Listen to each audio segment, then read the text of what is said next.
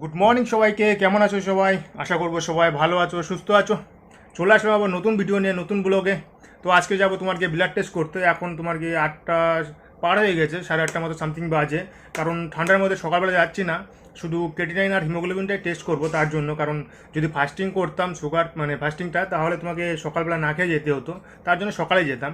তো সকালে যাচ্ছি না কারণ প্রচণ্ড ঠান্ডা, তার মধ্যে বাইক চালিয়ে যাবো, তার জন্য ওই সকালবেলা গেলাম না। তো সকালে দেখতে পাচ্ছ আজকে খিচুড়ি রান্না করছে, তো খিচুড়ি খাচ্ছি, খাওয়া দাওয়া করে তারপর বেরোবো তোমার গিয়ে ব্লাড টেস্ট করার জন্য। তো দেখতে থাকো পুরো ভিডিওটা লাস্ট পর্যন্ত, সারাদিনে কী কী করছি। তো দেখতে পাচ্ছ এখন রেডি হয়ে গেলাম, তো যাব ব্লাড টেস্ট করার জন্য। আর এখন মোটামুটি 9টা মতো বেজে গেছে, প্রায় 10 মিনিট কম 9টা বাজে। কারণ খাওয়া দাওয়া করলাম 8টার মেডিসিন খাওয়ার পরে, খাওয়া দাওয়া করে তারপরে বেরোলাম। আর একটু রৌদ্র ওঠার পরে আমি বেরোলাম, কারণ সকালে গেলে ঠান্ডা লেগে যাওয়ার চান্সটা বেশি থাকে, তার জন্য সকালে আমি বেরোলাম না, কারণ আমি বাইক চালাবো তার জন্য। তারপরেও এখন ঠান্ডা আছেই, এখন তো ঠান্ডা পড়ে গেছে, আর আমাদের গ্রামের দিকে তো ভালোই ঠান্ডা পড়েছে। আর কে কোথা থেকে দেখছো, তোমাদের দিকে কেমন ঠান্ডা অবশ্যই কমেন্টে জানাও। তো আমাদের এখানে তো ভালোই ঠান্ডা, সেই সকালে আর সন্ধ্যা থেকে শুরু হয়, রাতে ভালোই ঠান্ডা থাকে। তো তার জন্য একটু বেলা করে যাওয়ার কারণ। আর আমি রিপোর্ট শুধু ক্রেটিনাইনটা আর হিমোগ্লোবিনটাই টেস্ট করব, বাকি সব তো নর্মালি ছিল, তো করলাম না। ক্রেটিনাইন নর্মালও ছিল, তারপরেও মাঝে মধ্যে টেস্ট করাটা দরকার ক্রেটিনাইনটা, যে কেমন আছে এখন, কতটা আছে। লাস্ট তো ছিল 1.3 ছিল, তো দেখা যাক এবার কত আসে। তো কম থাকলে ভালো, এরকমই থাকে অবশ্য আমার। তো তাই বেরিয়ে গেলাম, তো খাওয়া দাওয়া করেই বেরোলাম। তার জন্য একবারে 10টার মেডিসিনটা আমি নিয়ে নিলাম, কারণ 10টার সময় আমার মেডিসিন খেতে হবে। তো তার জন্যই। তো দেখতে পাচ্ছ রাস্তা, তো এই রাস্তাটা তো এখনও ঠিক হয়নি, কবে কাজ কমপ্লিট হবে কে জানে। সরকারি কাজ 1 বছর তো প্রায় হয়ে আসলো, তোমরা তো দেখতেইছো অনেক দিন থেকে। তো রাস্তার কী পরিস্থিতি এখন তবু একটু ভালো আছে, যাওয়া যাচ্ছে। আর সকালবেলা ঠিক আছে, না এছাড়া যে ধুলো হয় বলার মতো না এইসব রাস্তা দিয়ে যাতায়াত করা।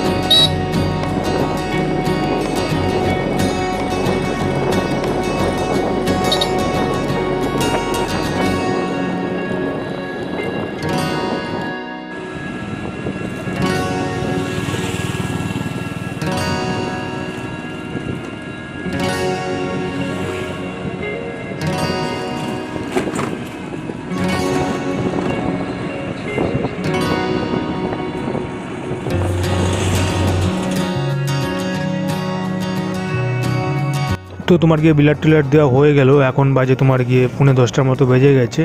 তো এমনি ফাঁকাই ছিল, এখন দেখতে পেলাম যে ফাঁকায় সেরকম ভিড় নেই, কয়েকজন লোক ছিল সাধারণ।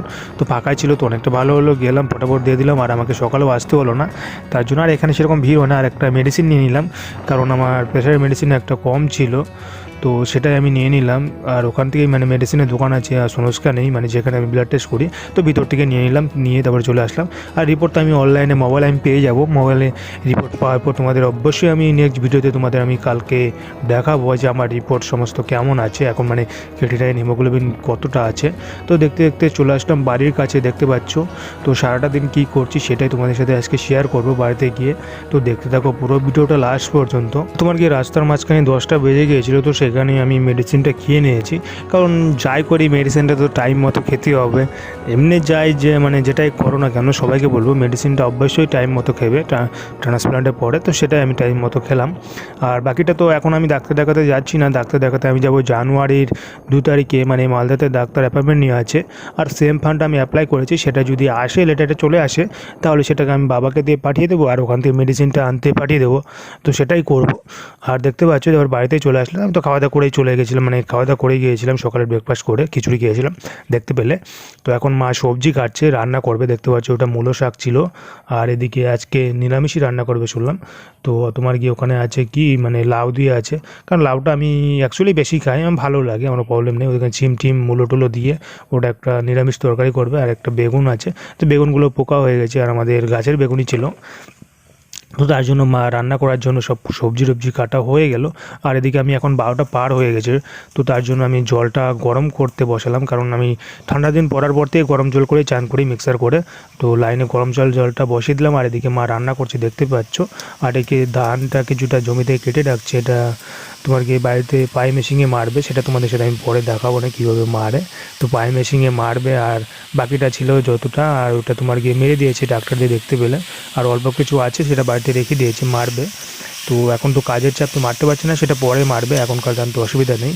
আর এদিকে দেখতে পাচ্ছ মা রান্না করছে, আর মূলো শাক আছে এদিকে। আর আমার জন্য ডিম করবে বললো, ডিম দিয়ে দিবে লাউ তরকারির মধ্যে, ডিম দিয়ে তোমার গিয়ে আমার জন্য শুধু ডিম দেবে। আর বাবা মা তো নিরামিষই খাবে, বাবাও সেরকম ডিম খেতে চায় না, মা তো খাই না, তো তার জন্য আমার জন্য শুধু ডিম দিয়েছে। আর এদিকে বেগুন ভাজা ছিল, আর দেখতে পাচ্ছ নিরামিষ একটা, আর এদিকে লাউ দিয়ে অনেকটা ডিম দিয়েছে। আর কুসুমটার কথা তোমরা বলতে পারো, কুসুম আমি খাই না ঠিক নেই, আমার মাঝে মধ্যে মাঝে মধ্যে খাই না, ওরকম কোনো নেই, ফেলে দেয় মাঝে মধ্যে নাচেরা, সেটাই।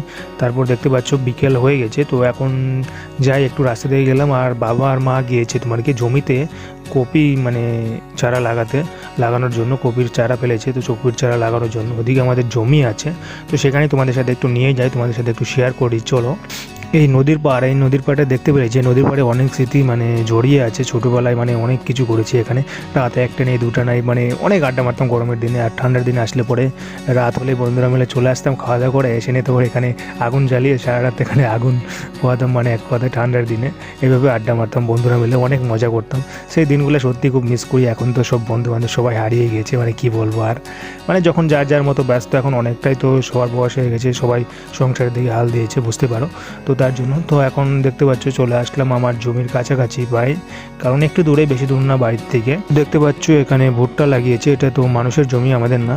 তো আমাদের সেরকম ভুট্টা লাগানোর মতো জমি নেই, গত বছরও করেনি, আগে করেছে। আর কারণ আমাদের বেশিরভাগ জমি তো বিক্রি করে দিয়েছে, কি বলবো আর। আর এখানে দেখতে পাচ্ছ মা আর বাবা কপির চারা লাগাচ্ছে। আর তোমার এই কপি উঠতে উঠতে তোমার কি এটা মানে পরে যেটা হয় নামলো এক কথা মাঘ মাসের দিকে হবে, একবার মাঘ ফাল্গুনের দিকে এবার বিক্রি করবে, মাঘ মাস থেকে শুরু হবে বিক্রি, ফাল্গুন মাস পর্যন্ত চলবে। তো সেটাই। ওকে, সবাই ভালো থেকো, সুস্থ থেকো, আর ভিডিওটা অবশ্যই একটা লাইক করে দিও। আর কারো কিছু প্রশ্ন থাকলে অবশ্যই কমেন্টে জানাতে পারো।